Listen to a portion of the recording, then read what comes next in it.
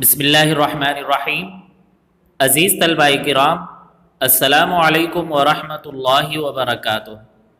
اقرا حفاظ boys secondary school کی جانب سے آپ تمام طلبہ کو ایک بار پھر عربی آن لائن کلاس میں خوش آمدید۔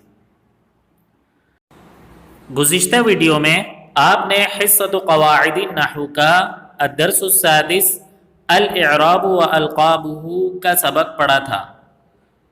امید کرتا ہوں عزیز طلبہ کہ آپ نے سبق میں موجود تمام چیزیں اچھی طرح یاد کر لی ہوں گی۔ آج انشاءاللہ العزیز ہم حصۃ قواعد الصرف کا الدرس التاسع باب انفعال پڑھیں گے۔ تو آئیے عزیز طلبہ آج کا سبق شروع کرتے ہیں۔ عزیز طلبہ، باب انفعال ثلاثی مزید فی کے ابواب میں سے 7واں باب ہے، اور یہ ان ابواب میں شامل ہے جن میں 2 حروف زائدہ ہے۔ آئیے سب سے پہلے ان حروف زائدہ کو جانتے ہیں جو کہ اس باب کی علامت بھی ہے۔ اس باب کی علامت یہ ہے کہ فا کلمہ سے پہلے حمزہ اور نون، یہ دونوں حروف زائدہ ہے۔ آپ کی کتاب میں صرف نون لکھا ہے، مس پرنٹنگ ہے یہ، آپ اس کو درست کریں۔ حمزہ اور نون، جیسے انصرف بروزن انفعل۔ اب انصرف میں صاد را فا یہ حروف اصلیہ ہے، جبکہ حمزہ اور نون یہ دونوں حروف زائدہ ہے۔ اب آتے ہیں باب انفعال کے استعمال کی طرف۔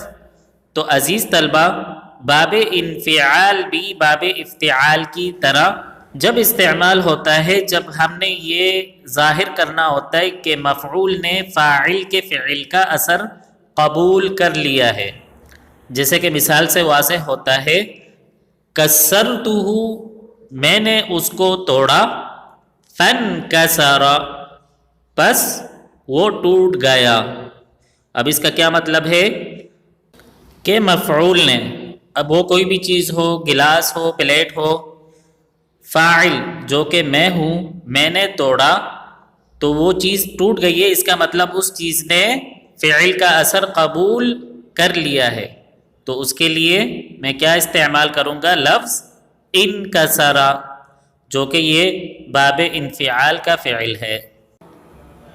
اور عزیز طلبہ، کیونکہ باب انفعال ہمیشہ لازم ہی استعمال ہوتا ہے، لازم کسے کہتے ہیں؟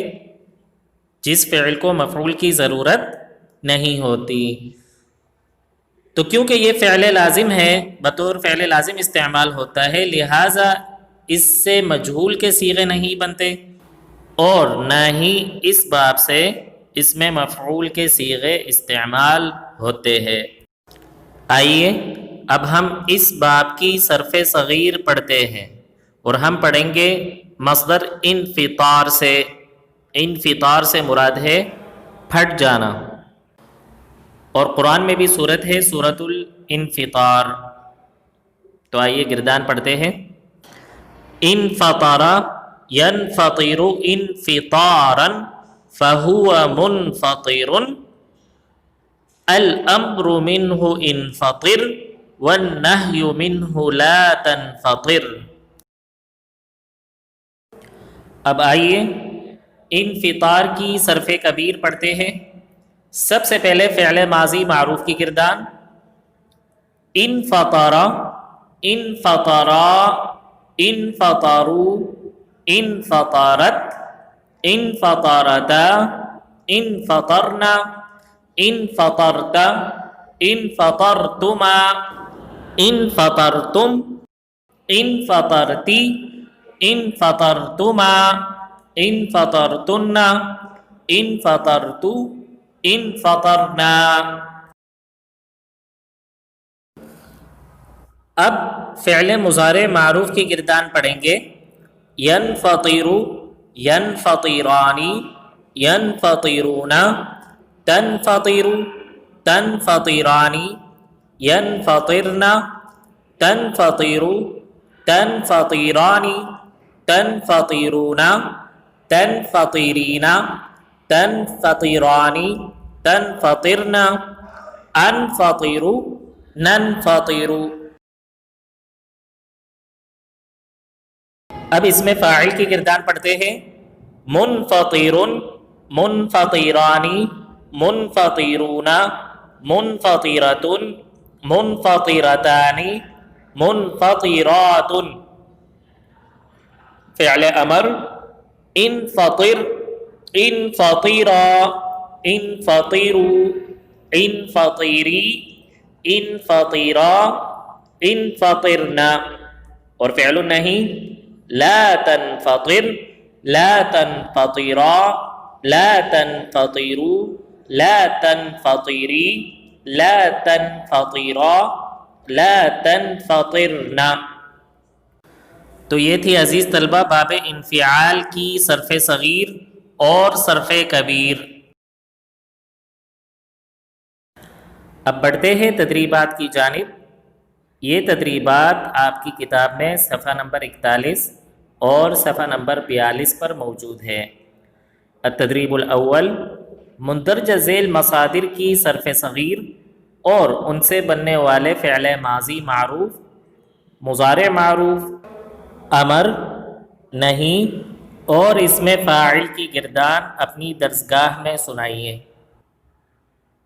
تو مصادر آپ کے سامنے ہیں، انکدار، انفطار، انقلاب، انفلاق اور انبجاس۔ تو آپ نے کیا کرنا ہے، آپ نے گھر میں کسی بڑے کو یہ گردانیں سنانی ہیں۔ التدریب الثانی، مندرجہ ذیل افعال سے مطلوبہ گردان تحریر کرے۔ انقدر سے گردان نہیں لکھیں گے آپ، انفلق سے فعل ماضی معروف، انقلب سے فعل امر، انفجر سے نہیں لکھنی، انبجس فعل مضارع معروف اور انطلق سے اسم فاعل کی گردان۔ ٹھیک ہے، تو انفلق سے ماضی معروف کیا بنے گا، انفلق، اسی سے گردان لکھنی ہے۔ انقلب سے فعل امر، انقلب۔ انبجس سے فعل مضارع معروف، ینبجس، اور انطلق سے اسم فاعل منطلق۔ التدریب الثالث، مندرجہ ذیل قرآنی آیات میں باب انفعال سے بننے والے افعال اور اسماء کی نشاندہی کرے اور مثال کے مطابق ان کی تفصیل بھی لکھیے۔ تو مثال آپ کے سامنے ہے، وَإِذَا النُّجُومُ انْكَدَرَتْ، فعل کیا ہے، انکدرت، بروزن انفعلت۔ حروف اصلیہ کیا ہے، کاف دال را۔ حروف زائدہ کیا ہے، حمزہ نون تا۔ گردان کون سی ہے، ماضی معروف، اور صیغہ کون سا ہے، واحد مؤنث غائب۔ تو اسی طرح یہ تدریب آپ لوگوں نے مکمل کرنی ہے۔ تو آج کا الواجب المنزلی یہی ہے عزیز طلبہ، آپ نے سبق میں موجود تمام چیزیں اچھی طرح یاد کرنی ہیں اور دی گئی تدریبات ہدایات کے مطابق حل کرنی ہے۔ اگلے سبق میں انشاءاللہ العزیز پھر ملاقات ہوگی، تب تک کے لیے اللہ حافظ۔